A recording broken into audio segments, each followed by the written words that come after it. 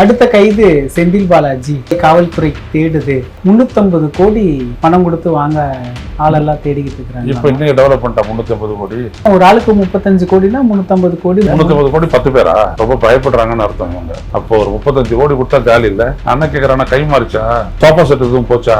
பேசும்போதே பிடிச்சிட்டாங்க சார். நிரூபிக்கணும்ல கோர்ட்ல. குதிரை பேரத்துக்கான ஆதாரம் எங்கன்னு கேட்டுச்சு. இப்போ இவங்களெல்லாம் கைது பண்ணி உள்ள வைக்க போனீங்கன்னா அதான் கேட்கும். கரூர் போறதுக்கு முன்னாடியே செந்தில் பாலாஜியை கைது பண்ணிடுவாங்க அப்படின்னு சொல்றாங்க. வேற பேசுறான் அப்படின்றீங்க. நீங்க பேசலாம், மத்தவங்க பேசக்கூடாது. கேச போடு, வடக்குல நிரூபி, அப்புறம் சிறை தண்டனையா என்ன தண்டனை அப்புறம் பார்ப்போம். தாவேக்கால இருந்து செய்தி என்ன வருது அப்படின்னா, இது வரைக்கும் டிக்கெட் வைத்தான், இதுக்கு மேல செட்டில் ஆகணும்னு நினைக்கிறான். மோடியினுடைய ஆட்சியில ஒருத்தனை ஜெயிக்க வச்சு பதவியில உட்கார வைக்கிறாங்கன்னா அது நித்திய கண்டம் பூரணாயுது தான். ஸ்டாலின் உதயநிதியை கூட கைது பண்ற திட்டம் இருக்குன்னு சொல்றாங்களே சார். அதாவது ஆதவ் அர்ஜுனா நல்லவன், ஹரிச்சந்திர வீட்டினுடைய பக்கத்து வீட்டுக்காரன், மற்ற அனைத்து பேரும் கேட்டான். அப்பொழுது பேர் அரசியல் ஆட்டி படிச்சாங்க. இப்பதான் இவங்க வந்துட்டு எல்லாரையும் ஆட்டுறாங்க. ஜெயிச்சிட்ட உடனே நீங்க புத்திசாலின்னு நினைக்கிறீங்களா? தப்பு பண்றீங்க. அவர் சொன்னது பாத்தீங்களா சார், குளத்தூர்ல நீங்க அழுதீங்களா, கரூர்ல செத்தவங்களோட கண்ணீர் அந்த கண்ணீர் அப்படிங்கிற, போலீஸ் வச்சு கொண்டுங்கிறாரு. நீங்க பஸ் அந்த இடத்துல நுழையிற வரைக்கும் ஒருத்த மயக்கம் போட்டு விடுதான்னு சொல்லுங்க. இல்ல அவ்வளவு கும்பலை கூட்டி நடுவுல பஸ்ஸை விட்ட உடனே அடுத்த 10 நிமிஷத்துல எல்லாம் முடிஞ்சு போச்சு. இப்ப யாரு சாவடிச்சா? போலீஸ் போட்டு கழுத்து நிறுத்தானா? பிக் மவுத்ன்னு என்ன அர்த்தம்? பெரிய புழுகன்னு அர்த்தம். அது அறிவில்லாத புழுகுறன்ற அர்த்தம். அதான் ஆதவ அர்ஜுனா. திமுகவை படி வாங்கி திமுக வில்லனாக முயற்சிங்க அப்படின்னா ஒண்ணுமே பண்ண முடியாது. நீங்க யாரை வேணாலும் கைது பண்ணலாம். ஒரே ஒரு விஷயம் விஜய்க்கு நான் சொல்ல வரேன், பார்த்து நடத்துக்கங்க, அவ்வளவுதான். 5 நிமிஷம் ஆகாது ஆட்சியில் இருக்கிற அதிகாரத்தை வந்த உடனே ஒருத்தனத்துக்கு உள்ள வைக்க.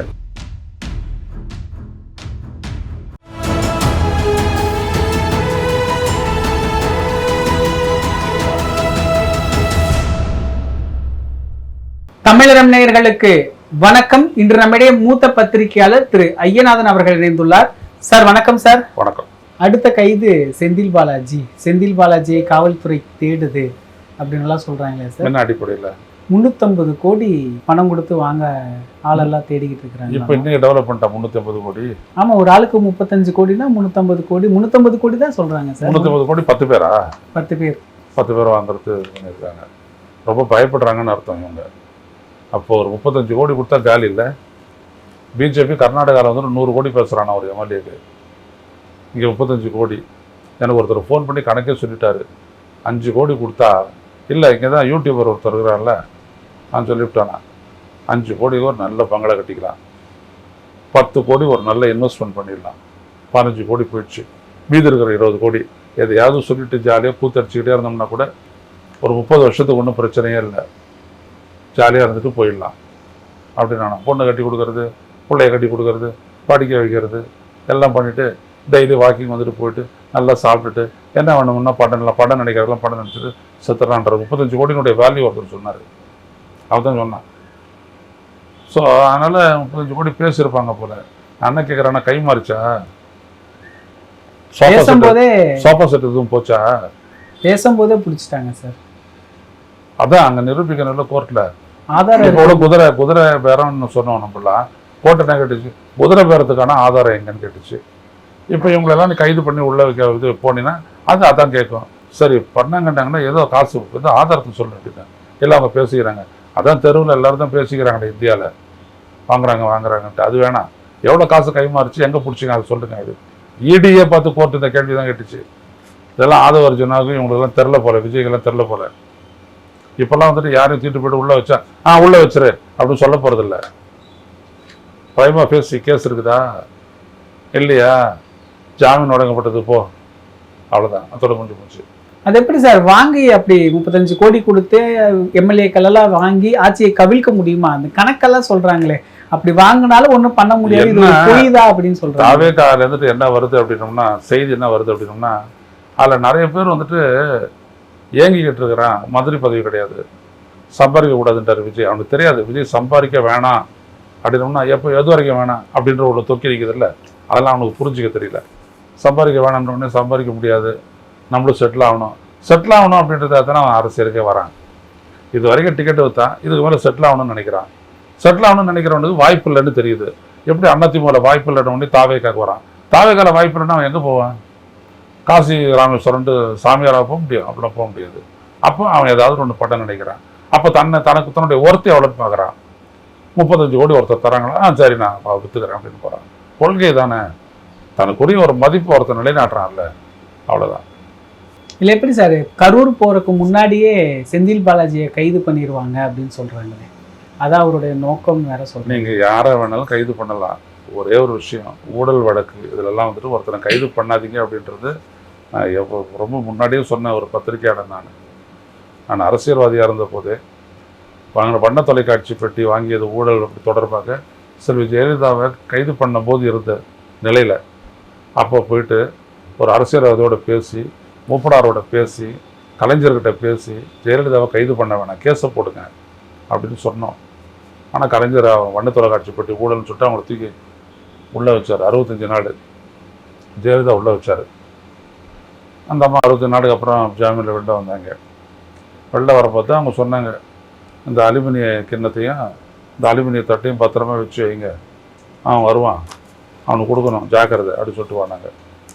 ஸோ இது 1996 பிறகு அவங்க 2001 வந்துட்டோன்னா என்ன ஆச்சுன்னு தெரியல உங்களுக்கு. எதனால் அவங்க சொன்னாங்க, கேஸை போடுங்க, அரெஸ்ட் பண்ணாதீங்க. ஏன்னா அவங்க முதலமைச்சராக இருந்தவங்க, கேஸை நிரூபணம் மாட்டோம். கடைசியில் வண்ண தொலைக்காட்சி பெட்டி ஊழல் ஜெயலலிதாவுக்கு சம்மந்தம் இல்லை அப்படின்னு முடிவாச்சு. அங்கே கோர்ட்டில் ஜெயலலிதா கேட்டாங்க, 65 நாள் இதுக்காக நான் உள்ளே இருந்தேனே, என்னை உள்ளே வச்சவங்களுக்கு என்ன தண்டனைன்னு கேட்டாங்க. அப்படி அந்த செக்ஷனுக்கு இல்லை, சட்டத்தில் அப்படி இடம்ல. அப்படியா, பிடிச்சி உள்ளே போடு எல்லாரையும். ஜெயலலிதா ஆட்சிக்கு வந்துட்டோன்னே பிடிச்சி உள்ளே போடுங்க. என்ன ஆச்சுன்னு அப்புறம் கலைஞரை வெளில கொண்டு வர்றதுக்கு வாயால் நம்ம பண்ண போராட்டம் எவ்வளவு. எளியவன் நான் அன்னைக்கு 1996. அப்போ எனக்கு என்ன வயசு, 40 வயசு. எனக்கு தெரியுது இதெல்லாம் பண்ணக்கூடாதுன்னு. ஆனால் கலைஞர் எவ்வளோ மூத்தவர், அவருக்கு தெரியல, தூக்கி உள்ளே வச்சார். ஜெயலலிதா மாறிடும், ஓடிடும் அப்படின்னு நினச்சாரு. நடந்துச்சா? ஸோ வழக்கு போடுங்க, நின்றுச்சுன்னா பாருங்கள். தூக்கி உள்ளே வைக்கிறீங்க, போடி பாணி மறுபடியும் எவ்வளோ காலம் வேணாலும் உள்ளே வைக்கலாம். இடியில் வந்துட்டு இடி என்ஃபோர்ஸ்மெண்ட் டைரக்டரேட் இந்த ஆக்டில் நீங்கள் பார்த்தீங்க அப்படின்னோம்னா அவங்க என்ன பண்ணாங்க, மூல சட்டத்தில் இந்த மாதிரி ஒருத்தர் கைது பண்ணிடலாம், ஆதாரம் இருக்கணும்னு தேவையில்லை, கைது பண்ணி உள்ளே வச்சுதான் அதுக்கப்புறம் ஆதாரத்தை திரட்டலான்னு. முதல்ல கைது பண்ணி உள்ளே வச்சுருவோம், அவ்வளோதான். ஆதாரத்தை தேடி பார்ப்போம், இருக்கவே இருக்காது. பல 100 கோடிகள் புழண்டது, கைமாறியது அப்படிலாம் சொன்னான். எது, இந்த அரவிந்த் கெஜ்ரிவாலினுடைய அரசு மதுபான கொள்கையில் நடந்த ஊழல் அப்படின்ட்டு பல 100 கோடி ரூபாய். அது வந்துட்டு ஹைதராபாத்லேருந்து சென்னைக்கு வந்துட்டு, சென்னையிலேருந்துட்டு டெல்லிக்கு வந்துட்டு, டெல்லியிலேருந்துட்டு கோவாவுக்கு போய் அங்கே தேர்தல் செலவுக்கு பண்ணப்பட்டதுலாம் கதை விட்டான். அப்படிங்களா, அப்படியே நீதிமன்றம் அப்படி தானே கேட்கும். ஓஹோ அப்படிலாம் கேட்டுச்சு. ஒரு கட்டத்தில் எங்கேயா அதெல்லாம் பணம்லாம் காணுமே, ஒரு 10 பைசாவது மீட்லாம் இல்லை. அப்புறம் எதை வச்சு சொன்னேன் அவனோட டிரான்சாக்ஷன் ஆகிருக்குன்னு. சொன்னேன். யார் சொன்னது? இவங்கெல்லாம் சொன்னாங்க. இப்படிப்பட்ட வாக்குமூலம் வாங்க முடியாதா யார்கிட்டையும் அப்படின்னு சொல்லிட்டு தான் எந்த ஆதரவு பண்ணதுன்னா அரவிந்த் கெஜ்ரிவால், மனிஷ் சிசோதியா, கவிதா எல்லாரையும் விடுவிச்சது. அப்படி தானே அரவிந்த் செந்தில் பாலாஜி விடுவிச்சாங்க. அப்புறம் நீ என்ன மறுபடியும் தூக்கி உள்ள வைக்கிறேன்ற? நான் ஒன்று விஜய்க்கு நான் ஒரு அட்வைஸ் பண்ணுறேன், நீங்கள் தப்பு பண்ணுறீங்க, வழக்கு போடுங்க, நிரூபணம் பண்ணுங்க. இப்போ கரூரில் உங்களை தூக்கி உள்ளே வச்சுருந்தேன்னா ஆயிருக்கும். நீங்களும் ஒரு 90 நாளாவது உள்ளே இருந்திருப்பீங்கல்ல. ஆனால் அப்படி உள்ளே வச்சுருந்தா ஒரு வேளை நீங்கள் எதுவும் இப்படிலாம் செய்ய மாட்டீங்க இல்லையா? அப்போ நாங்கள் தப்பு. விஜயை விசாரணைக்கு தான் கூப்பிடணும், கைது பண்ணக்கூடாதுன்னு சொன்னவங்க நாங்கள். ஆனால் நீங்கள் என்ன சொல்கிறீங்க அப்படின்னா உள்ளே வச்சுருக்கணும் அப்படின்றீங்க. அப்போவே நிறைய பேர் பேசுகிறாங்க, ஜெயலலிதா இருந்தாருன்னா இவர் கரூரை விட்டு ஏர்போர்ட் வரதுக்குள்ளே தூக்கி எடுத்துகிட்டு போயிட்டு சப்ஜெக்டில் போட்டுட்ருப்பா அப்படின்னு சொன்னாங்க அப்போவே. ஆனால் ஸ்டாலின் அதெல்லாம் செய்யலை. நீங்கள் திருப்பி காட்டுறீங்க உங்களுடைய வன்மத்தை. ஊழல் வழக்குன்னா முதல்ல நிரூபிங்க. சும்மா ஊழல் ஊழல் ஊழல் சொல்லிட்டு இருக்காதீங்க. இந்த நாட்டில் தான் தெரியுமே, 1,76,00,000 ஊழல், 1,76,00,000 கோடி ஊழல். என்ன சொல்லுச்சு அந்த நீதிமன்றம்? இது ஒரு ஆதாரம் கூட கிடையாது அப்படின்னு சொல்லிச்சு இல்லை, சிபிஐ மேலே மூஞ்சில் அடித்த மாதிரி சொன்னான். இன்றைக்கி உங்கள் மேலே சிபிஐ வந்துட்டு கரூர் விஷயத்தில் எந்த விதமான இதுவும் தாக்கல் பண்ணல, சார்ஜ் ஷீட் தாக்கல் பண்ணல. தாக்கல் பண்ண உங்கள் மந்திரி சபை கதை என்ன ஆகுன்றதை பாருங்கள். எல்லாம் பேரம் பேசி தான் 2வது தடவை விசாரணைன்ட்டு வரும்போது டாட்டா காட்டிட்டீங்க வந்தீங்க, ரைட்டா? எதுவும் தெரியாது எங்களுக்கெல்லாம், இவங்கள பத்திரிக்கையாளர் தானே அப்படின்னு நினச்சிக்காதீங்க, எங்களுக்கு எல்லாம் தெரியும். உங்களை வேடிக்கை நீங்கள் ஏன் இப்போ ஏன் நீங்கள் வந்துட்டு இவ்வளோ பேருடைய ஆதரவு இருக்கும் போதும் நீங்கள் ஏன் இதை தாண்டி நீங்கள் ஆதரவு பெருக்க போகிறீங்க? இப்போ பாஜகவோட ஒத்து போனால் எங்கள் ஓடிடுவாங்கன்றதுனால தானே. அப்போ தெரியுதில்ல உங்களுடைய கதை என்னன்ட்டு. கொள்கை எதிரி, பாயாசம், முதல்ல பாசிசம், அப்புறம் பாயாசம், முந்திரி பாயாசம் அப்படிலாம் சொன்னீங்களே. இப்போ என்னாச்சு உங்கள் கதை? டான்ஸ் ஆடுதா இப்போ தெரியுதா ஸ்டாலின் எப்படியாப்பட்ட உறுதியான கொள்கைவாதிட்டு? ஒரு எம்எல்ஏ கிட்ட ஒரு அசைவு இருந்துச்சா பார்த்தியா? அவன் கொள்கைவாதி நின்னா உங்களால் நிற்க முடிஞ்சுதா? வேற பேசுகிறான் அப்படின்றீங்க. நீங்கள் பேசலாம், மற்றவங்க பேசக்கூடாது. இது என்ன என் மார்க்கெட்டுனா 4 பேர் வியாபாரம் பண்ணுவாங்க தான். இல்லை நான் மட்டும் தான் கத்திரிக்காய் வைப்பேன் அப்படின்னா என்ன அர்த்தம்? இன்னொருத்தர் விற்கிறான், கேஸை போடு, வடக்கில் நிரூபி, அப்புறம் சிறை தண்டனையா என்ன தண்டனைன்றது அப்புறம் பார்ப்போம். நீங்கள் என்னவோ காடு உள்ள வரையும் கடல் நீர் உள்ள வரையும் முதலமைச்சர் அப்படின்னு ஏதாவது எழுதி கொடுத்துருக்கான்னா? ஏதோ பொட்டி ஜாலத்தை வச்சு உங்களை ஜெயிக்க வச்சாச்சு, எடுத்தாந்து உட்கார வச்சாச்சு, நீங்களும் கோட்டு போட்டு உட்காந்துட்டு இருக்கிறீங்க, அவ்வளோதானே. ஏன்னா அது அப்படியே நீடிக்க போதானே. அது 1 வருஷமும் நித்திய கண்டம் பூரண ஆயுசு. உங்களுக்கு தான் ஜோதிடத்தெல்லாம் பற்றி நிறைய தெரியுமே. அதுதான் மோடியினுடைய ஆட்சியில் ஒருத்தனை ஜெயிக்க வச்சு பதவியில் உட்கார வைக்கிறாங்கன்னா அது நித்திய கண்டம் பூரண ஆயுசு தான். ஆனந்தப்பட்ட நிதிஷ்குமாருக்கே அவங்க அல்வா கொடுத்தவங்க, விஜயெல்லாம் ஏமாத்துறோம். இதில் சார் இப்போ செந்தில் பாலாஜி, அனிதா ராதாகிருஷ்ணன் ஒரு பெரிய லிஸ்ட் இருக்கு. அப்புறம் தொடர்ந்து திமுகவை கைது பண்றது அப்படின்னு நல்லா சொல்றாங்க. மக்கள் மனதில் வந்துட்டு இவர்கள் ஊழல்வாதிகள். ஜெயலலிதா பண்ண அதே டெக்னிக் தான். ஸ்டாலின் உதயநிதியை கூட கைது பண்ற திட்டம் இருக்குன்னு சொல்றாங்களே சார். எல்லாருக்கும் ஏமாந்தா தயாளு அம்மையார், அப்புறம் இன்னும் நிறைய பேர், நிறைய ஒரு உறவினர் இருக்காராம் விஜயகாடியில் அவரு, அப்படியே நிறைய ஏகப்பட்ட பேர். அதாவது ஆதவ் அர்ஜுனா நல்லவன், ஹரிச்சந்திரன் வீட்டினுடைய பக்கத்து வீட்டுக்காரன், மற்ற அனைத்து பேரும் கேட்டான். அவ்வளோ பேர் அரசியல் ஆட்டி படிச்சாங்க. இப்போதான் இவங்க வந்துட்டு எல்லாரையும் ஆட்டுறாங்க. ஆதவ் அர்ஜுனா சொன்னார் பெரிய அளவுக்கு. இது வந்துட்டு ஜெயிச்சிட்ட உடனே நீங்கள் புத்திசாலின்னு நினைக்கிறீங்களா? தப்பு பண்ணுறீங்க. இல்லை அவர் சொன்னது பார்த்தீங்களா சார், குளத்தூரில் நீங்கள் அழுதீங்களா, கரூரில் செத்தவங்களோட கண்ணீர் அந்த கண்ணீர் அப்படிங்கிற, போலீஸை வச்சு கொண்டுட்டீங்கிறாரு. போலீஸ் சொல்லிட்டாதான். அதாவது அவங்க போயிருக்கிறாங்க. நீங்கள் யாரை ஏமாத்த நினைக்கிறேன்? நீங்கள் வர்ற வரைக்கும், நீங்கள் பஸ் அந்த இடத்துல நுழையிற வரைக்கும் ஒருத்த மயக்கம் போட்டு விடுதான்னு சொல்லுங்க பார்ப்போம். இல்லை, அவ்வளோ கும்பலை கூட்டி டைட்டான உடனே நடுவில் பஸ்ஸை விட்ட உடனே அடுத்த 10 நிமிஷத்தில் எல்லாம் முடிஞ்சு போச்சு. இப்போ யார் சாவடிச்சாங்க? போலீஸ்காரன் சாவடிச்சானா? யார் என்ன பண்ண? போலீஸ்காரன் போட்டு ஒருத்தர் கழுத்து நிறுத்தானா? நான் சொல்கிறேன், பெரிய புழுகன், பிக் மவுத்துன்னு என்ன அர்த்தம்? அதான் அர்த்தம், பெரிய புழுகன்னு அர்த்தம். அது அறிவில்லாத புழுகிறன்ற அர்த்தம். அதான் ஆதவ் அர்ஜுனா. அவர் சொல்கிறாரு, இவர் தான் அங்கே A1 A2 தெரில, விஜய் A1 இருந்ததுன்னா இவர் A2 இருப்பார், இவர் A1 இருந்ததுன்னா விஜய் அதில் இல்லைன்னு அர்த்தம். அப்படி தான் ஏற்பாடு போயிட்டுருக்குது. இவ்வளோ தான் அது. சார்ஜ் ஷீட்டை ஃபைல் பண்ணட்டும், தெரியும்ல. விசாரணை நடத்தில சிபிஐ, நீங்கள் தானே வழக்கு போட்டீங்க சிபிஐக்கு. சிபிஐ எப்படியா சொல்லுது? சிபிஐ அப்படி சொல்லுதா போலீஸ்காரன் தான் கொண்டான்ட்டு? ஆதவ் அர்ஜுனா அப்படி சொல்கிறாரு. அப்புறம் அதானே சொல்லணும், அவங்க தானே இன்வெஸ்டிகேட்டிங் ஏஜென்சி. நீ கிடையாது, நீ குற்றச்சாட்டப்பட்ட கேங்கு, கல்பபுல் ஹோமிசைடு. என்ன அர்த்தம்? நீ எடுக்கக்கூடிய நடவடிக்கையினுடைய விளைவாக பலர் மரணிக்கிறார்கள். அதான் கல்பபுல் ஹோமிசைடு. ஒட்டுமொத்தமாக இந்த திமுகவினர் மேலே தாக்குதல், தொட விட மாட்டோம், தொட்டா விட மாட்டோம், தொட்டவங்களையும் விட மாட்டோம். அதான் இந்த வசனம் எல்லாம் நிறைய பேர் எழுதுறதுக்கு நிறைய பேர் இருக்கிறான் சினிமாவில். இன்னைக்கு நேரத்தா எழுதுறீங்க. மனோகராலேருந்து வசனம் பேசப்பட்ட தமிழ் சினிமா தான் அது. விஜய் என்ன புது ஆளாது? தெரியுதுல்ல நீங்கள் எப்படியாப்பட்டவங்கன்ற உங்களோட யோக்கியதை யாரெல்லாம் சேர்த்துக்கிறீங்கன்ட்டு.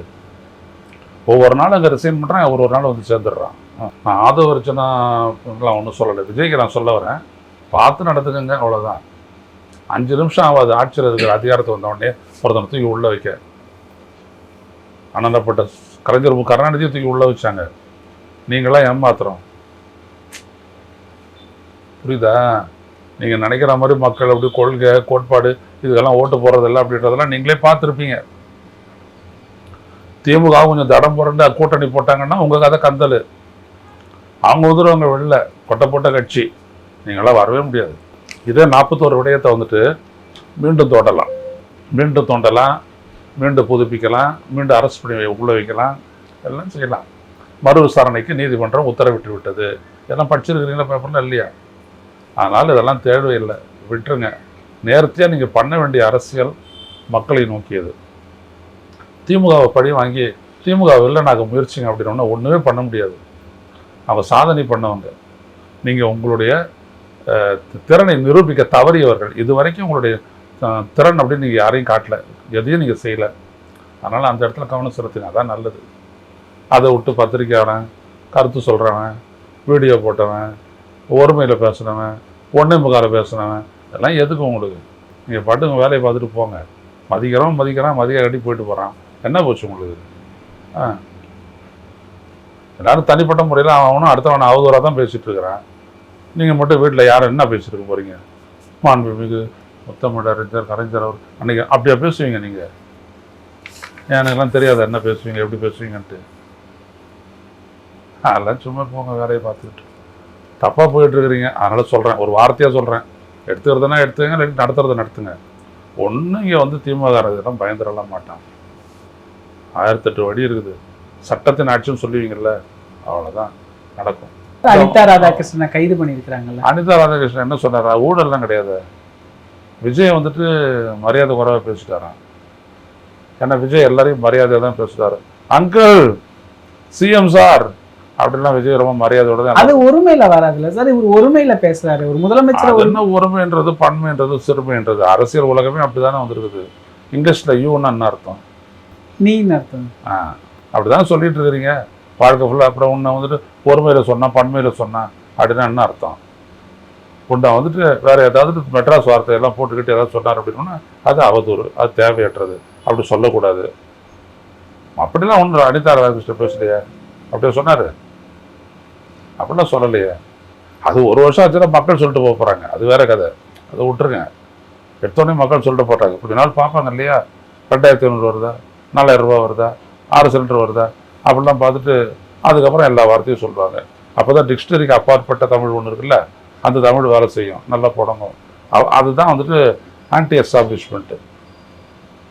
அதுதான் அந்த வார்த்தையை தான் ஆன்டி எஸ்டாப்ளிஷ்மெண்ட்டு. அதெல்லாம் பின்னாடி வரும். அனிதா ராதாகிருஷ்ணன் நீ என்ன நீ வாப்போன்னு பேசுனாரு தானே. அப்படி தானே ஆதவர்ஜுனா பேசுகிறாரு. ஸ்டாலின் ஆதவர்ஜுனா எப்படி பேசுனாரு? ஆதவர்ஜுனோட ரெக்கார்டெல்லாம் எடுத்து பாருங்க. விஜயை வச்சுக்கிட்டு அதான் பேசுனாரு. நீ என்ன ரவுடியா, நீ பார்த்துடலாம் அப்படின்னு சொன்னார்ல. அப்போ செந்தில் பாலாஜி அவர்களே, நீங்கள் என்ன ரவுடியா, பார்த்து விடலாமா நீங்களா? நான் அப்படியே சொன்னார் அவரு. இல்லையே, அவர் விட்டு வாயில வர்றதெல்லாம் பேசினார். அவர் பிக் மவுத் அவர் பேசுகிறாரு. அவர் மேலே கேஸ் கிடையாது. அனிதா ராதாகிருஷ்ணன் கேஸை போட்டு அவர் வந்துட்டு உடனே இதுக்கு போய் உடனே அவரை பிடிச்சி உள்ள போட்டாங்க. அவதூறாக பேசினார். நிகழ்கால அரசியல் குறித்து பல தகவல்களை பகிர்ந்து கொண்டதுக்கு நன்றிங்க சார். இதே போன்று நிகழ்கால அரசியலின் சாரம்சங்களை அரசியல் ஆளுமைகளின் நேர்காணல் வழியே தொடர்ந்து காண தமிழ் நிறம் வலையொலியை சப்ஸ்கிரைப் செய்யுங்கள். தங்களின் மேலான கருத்துக்களை கருத்துளை பெட்டியில் பதிவிடுங்கள். நன்றி, வணக்கம்.